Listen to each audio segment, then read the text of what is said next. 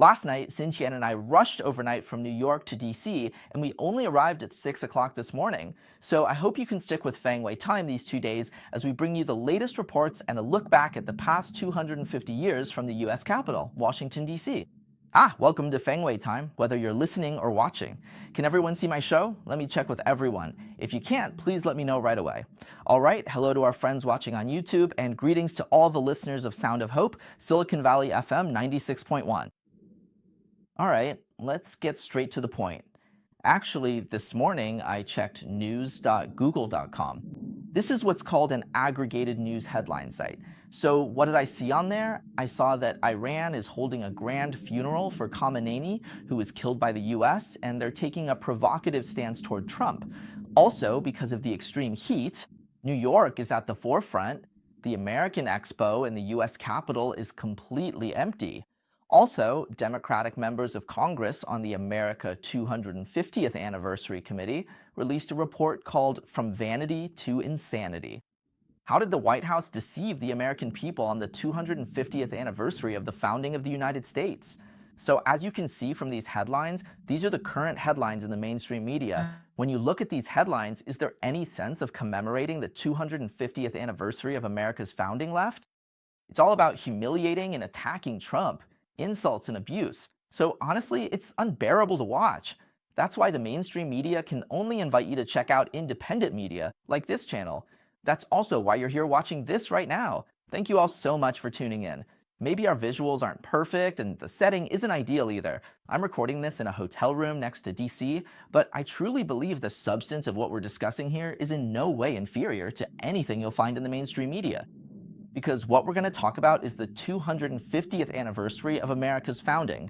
What should we really be celebrating and reflecting on? All right, let's start with the first topic. July 4th is America's Independence Day, but what's the origin of this date? On July 4th, 1776, the United States wasn't actually founded yet.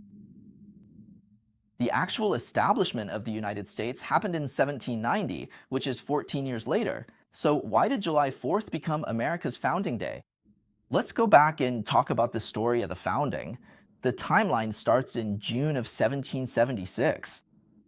At that time, in one of America's major cities, you couldn't even really call it the capital, Philadelphia, the weather was just like today. The air was extremely humid and hot. Meanwhile, a storm that would decide the fate of North America was brewing in Philadelphia. At that time, a group of people gathered in Philadelphia were doing something incredibly dangerous because they were about to announce to the whole world, "We want independence." By this point, the 13 American colonies had already gone to war with the British king and had been fighting for over a year, ever since the first shot was fired at Lexington, which is often called the shot heard round the world in American history. And the blood that was shed on Bunker Hill and Boston, all of that had already happened. But officially, at that time, America was still under the rule of King George III. But now they were about to do something else. They were going to declare their independence. Declaring independence, according to British law at the time, was called treason. Treason was punishable by death. Many people might have seen that Hollywood movie, Braveheart. In it, the Scottish hero William Wallace, when he was executed by the English king, it was the most severe punishment, consisting of 4 steps. First was hanging. He would be hanged, but not to death. Then came drawing, which in Chinese we call being torn apart by 5 horses, but in this case it meant being dragged, but not to death. And if dragged to the extreme, they would let go. Next was disembowelment, and finally, after beheading, the body would be quartered, cut into 4 pieces. These were all real events. This punishment was only abolished in England in 1870. So at that time, this was the bizarre way treason was dealt with under English law. Therefore, for people back then, for the founding fathers of the United States, declaring independence was absolutely not an easy thing. It wasn't just a simple ceremony in the process of American independence, and from then on everything went smoothly. At that time, it was truly an extremely dangerous undertaking. At that time, on June 11th, the Continental Congress appointed a committee of 5 people and asked them to draft a Declaration of Independence. In other words, since we wanted independence, we had to clearly explain why we wanted to be independent. These 5 people were all well-known figures. The highly respected Benjamin Franklin, the sharp, capable, and eloquent John Adams, and also a young man, only 33 years old, a delegate from Virginia. His name is the one we know today as Thomas Jefferson. What's interesting is that out of these 5 people, the task of actually writing this document ultimately fell to Thomas Jefferson. Why was it him? Many years later, John Adams recalled the conversation between the two of them at that time. He said this: he gave Jefferson 3 reasons. First, you're a Virginian, and this matter should be led by a Virginian. Even though Massachusetts, or Boston, was a pioneer, absolutely a pioneer, in America's independence. The American Revolutionary War started from there. The first shots were fired in Boston, or Massachusetts, but at that time, Virginia was the pioneer of American independence thought, so it should be Virginians like you who take the lead to write this declaration. Second, he said, I'm kind of an annoying person, you know? People are suspicious of me and don't like me. But you, everyone likes you. Okay, third, he said your writing is 10 times better than mine. All right, so this heavy responsibility, worth 1,000 pieces of gold, was placed on the shoulders of Jefferson, who was only 33 years old. What happened next was almost a miracle. Jefferson found a small inn. In this little inn, using a compact, portable writing desk that he designed himself, he brought this desk with him to Philadelphia. He locked himself away for 17 days, from November 11th to the 28th, and wrote the first draft of the Declaration of Independence.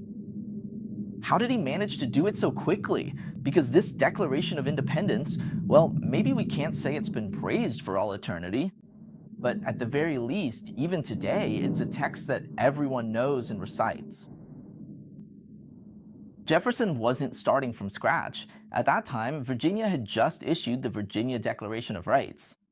Its opening states that all men are by nature equally free and independent and have certain inherent rights. These include the enjoyment of life and liberty, acquiring property, and pursuing and obtaining happiness and safety. So that immortal phrase written by Jefferson, all men are created equal, notice it's created equal, not born equal. Men are created equal. And then, that their creator has endowed them with certain unalienable rights, including the rights to life, liberty, and the pursuit of happiness. This was distilled from the Virginia Declaration. And at the same time, well, the Virginia Constitution was also being drafted by Jefferson at that time. It hadn't been published yet, but it already contained a long list of grievances against the King of England.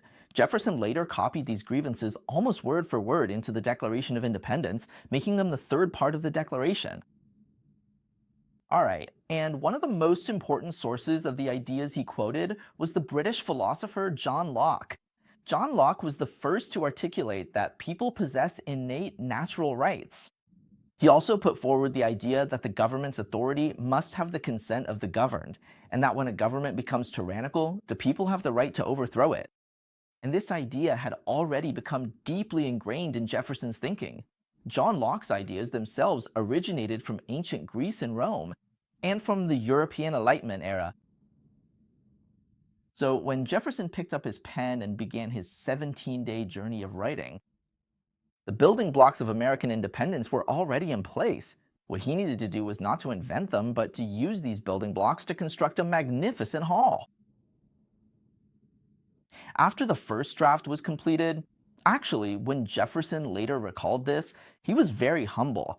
He talked about another perspective on writing the Declaration. He said his goal was not to write a grand, groundbreaking essay, but simply to express the common voice of the American people. In his own words, it was an expression of the American mind. It was simply about how we were thinking at the time. I just put it into words, that's all. So his account was very down to earth. After the first draft was finished, the elder statesmen Franklin and Adams helped him polish it a bit, but the real test was when it was submitted to the Continental Congress itself. On July 2nd, the Continental Congress officially voted to pass this so-called Lee Resolution, proposed by Massachusetts delegate Patrick Henry Lee. That is, the Lee Independence Resolution. So after the resolution was passed, the Continental Congress, made up of representatives from the 13 American colonies, unanimously approved the Lee Resolution, and we declared independence. As a result, on the night of July 2nd, John Adams, who would later become the second president of the United States, Adams was so excited that very night he wrote a letter to his wife, Abigail Adams, predicting that July 2nd would become a great holiday celebrated by generations of Americans. This is what he said at the time. He said, "This holiday should be celebrated with grand ceremonies and parades, with performances, games, sports competitions, gun salutes, bells, bonfires, and fireworks.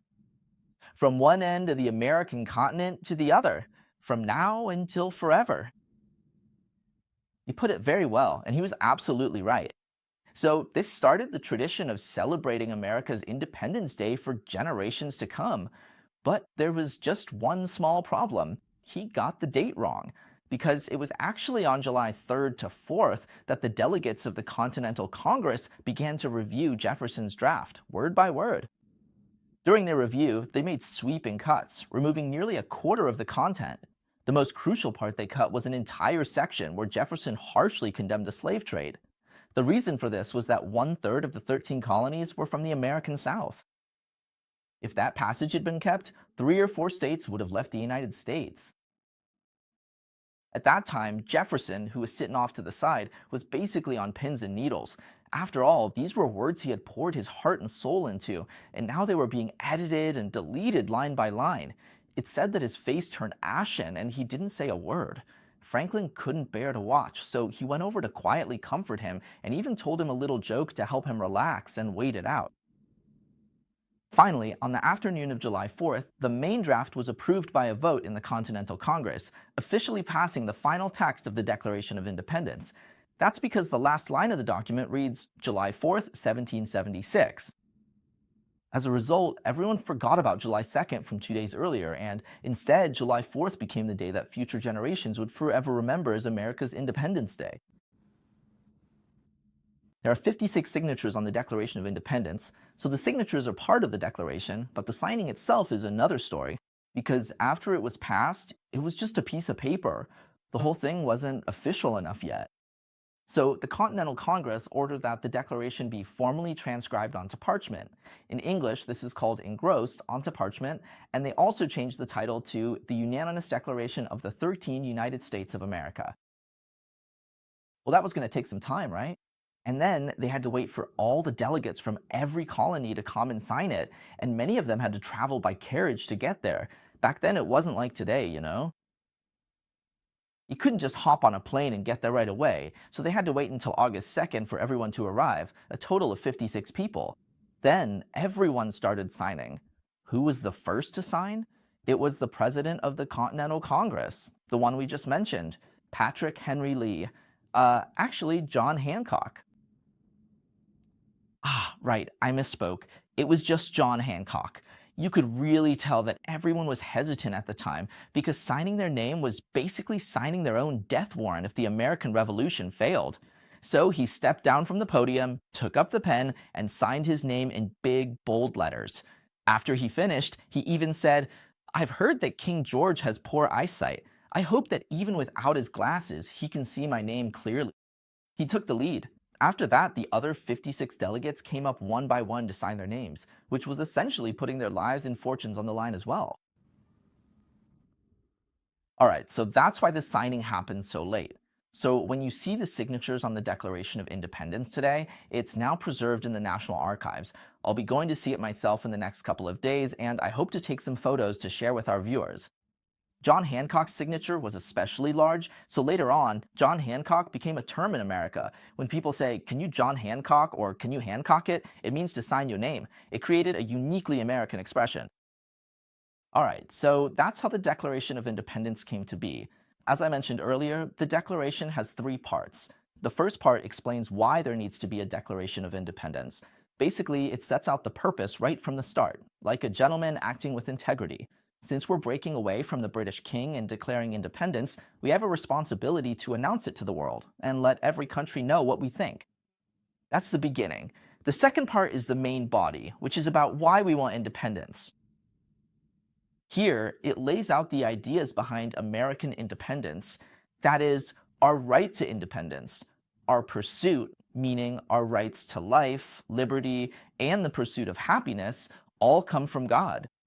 These are natural rights of people. At the same time, it also talks about what kind of country America will be, that this government comes from the people. The power of this government comes from the consent of the people. In other words, it establishes what we truly call a government that, in its system, its writing, and its laws, is genuinely established to serve the people. At the same time, it also makes it clear that if the government ever becomes a tyranny, the people have the right to change it. This is not rebellion, but rather the people's natural right. So this clearly explains America's fundamental principles.